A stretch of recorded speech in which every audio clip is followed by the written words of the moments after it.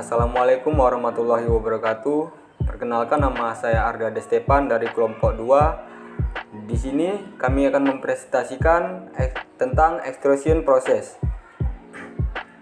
Baik, di sini kami beranggotakan 5 orang, yaitu yang pertama saya sendiri Arga Destepan, dan yang kedua itu ada Galang Asamulya, dan yang ketiga itu ada Gilang Afandi, dan yang keempat itu ada Julia Putri, dan yang kelima itu ada Taufik Afriansa Martondang. Baik, langsung saja saya akan menjelaskan tentang apa itu extrusion proses. Extrusion atau ekstrusi adalah sebuah proses pembentukan logam atau benda dengan penampang tetap. Cara kerja dari proses ini ialah logam didorong keluar melalui rongga penutup dari cetakan untuk menghasilkan bentuk penampang yang diinginkan. Beberapa contoh bahan yang diproses melalui extrusion seperti aluminium, tembaga, kuningan, baja, dan plastik. Secara umum, proses extrusion dijumpai dalam pembuatan logam yang panjang dan lurus.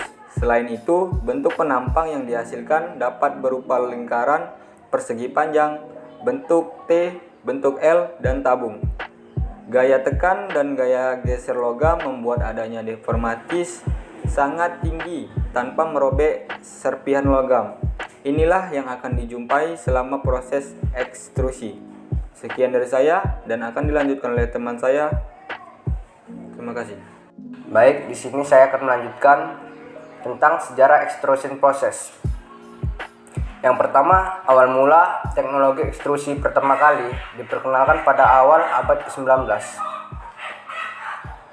Pada awalnya, ekstrusi digunakan terutama dalam industri karet untuk membuat berbagai produk karet. Yang kedua, penggunaan plastik. Seiring berkembangnya industri plastik pada abad ke-20, proses ekstrusi mulai diterapkan untuk pembentukan produk plastik. Plastik menjadi bahan yang populer untuk ekstrusi karena sifatnya yang dapat dicetak ulang dan kemampuannya untuk membentuk berbagai profil dan bentuk. Yang ketiga, pertumbuhan industri.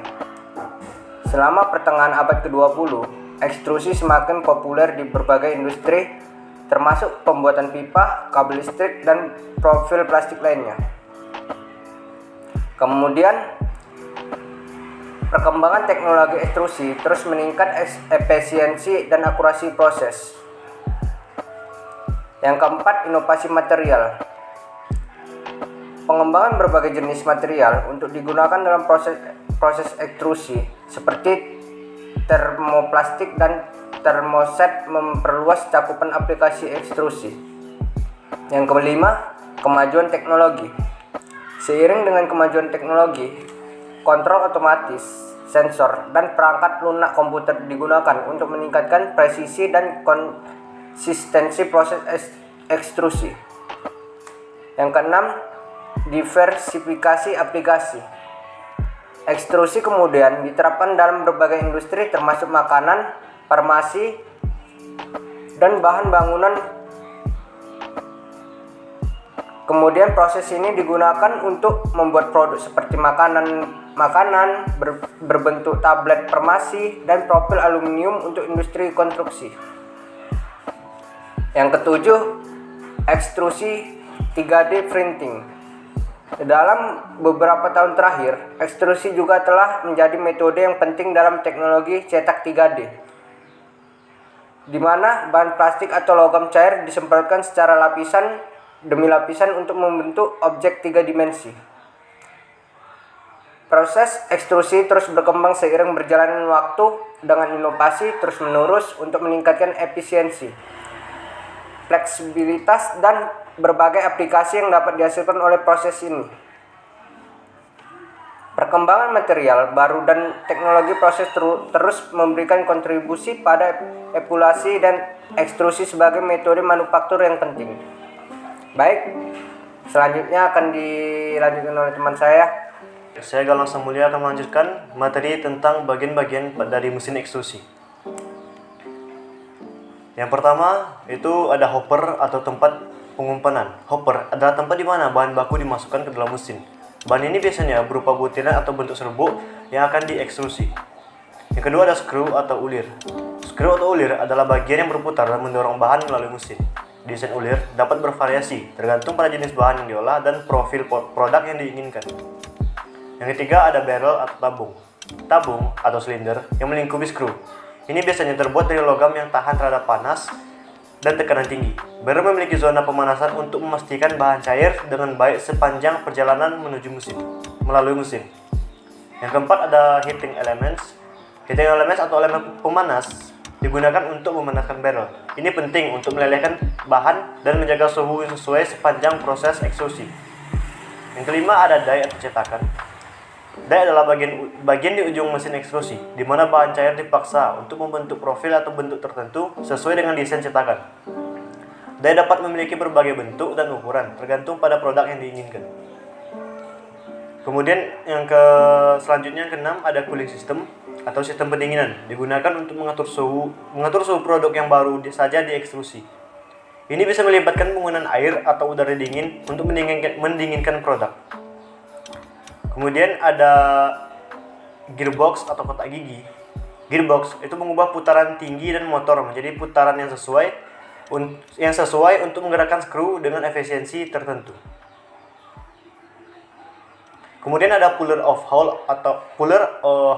unit. Setelah produk mendingin, puller atau haul off digunakan untuk menarik produk keluar dari mesin ekstrusi dengan kecepatan yang konsisten.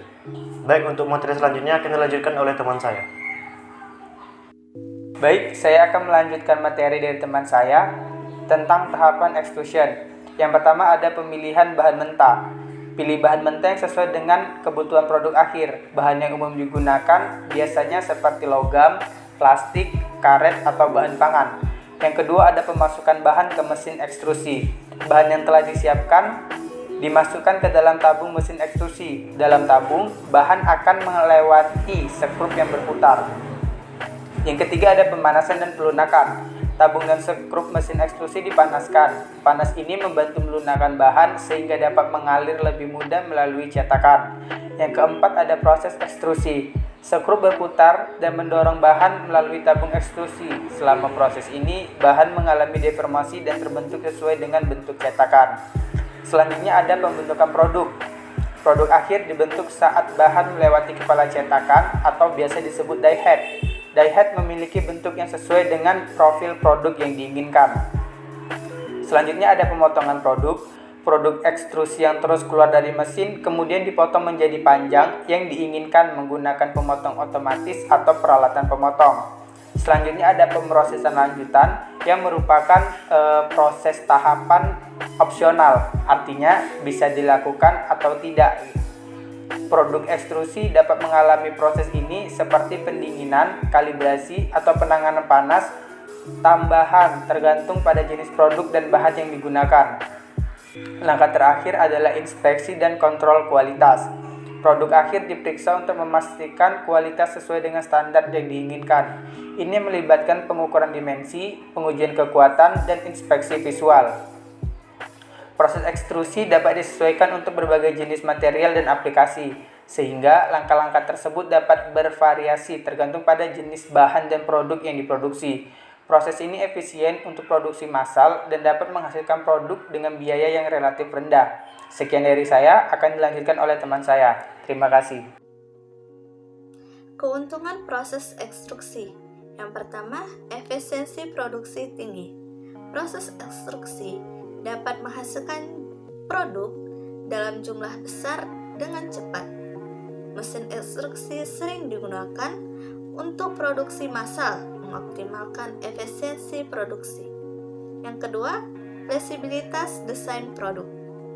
Ekstruksi memungkinkan pembentukan produk dengan profil dan bentuk yang kompleks.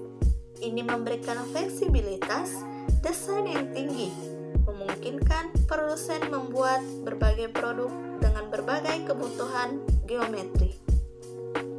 Yang ketiga, mengurangi limbah. Proses ekstruksi dapat mengurangi limbah bahan mentah karena dapat menghasilkan produk dengan presisi tinggi. Produk ekstruksi seringkali memerlukan sedikit atau tanpa pengerjaan lanjutan. Yang keempat, biaya produksi yang rendah.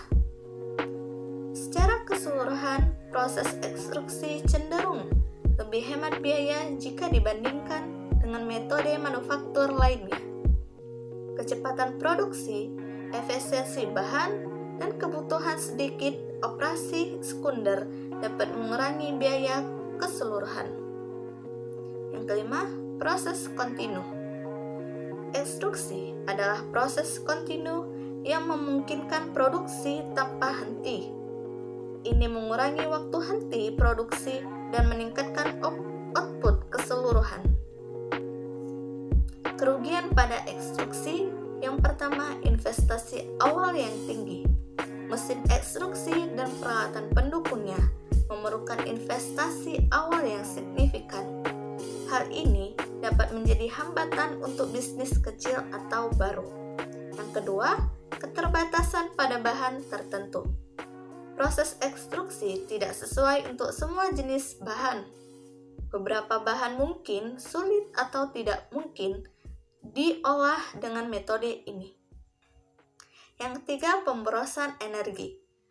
Mesin ekstruksi sering membutuhkan energi tinggi, terutama untuk memanaskan dan menggerakkan skrup. Ini dapat menyebabkan pemborosan energi, terutama jika tidak ada tindakan efisien yang diambil. Keempat, ketidakmampuan menangani produk yang sangat besar atau sangat kecil.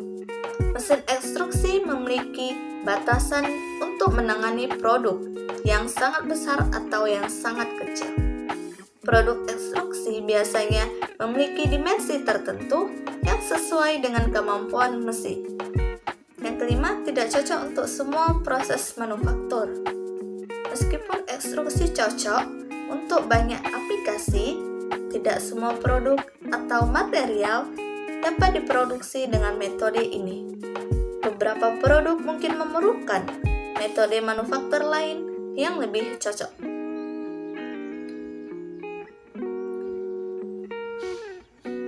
Setiap keuntungan dan kerugian proses ekstruksi harus dipertimbangkan berdasarkan jenis produk, material yang digunakan, dan kebutuhan produksi yang spesifik. Meskipun memiliki keterbatasan, proses ekstruksi tetap menjadi pilihan utama dalam banyak industri manufaktur.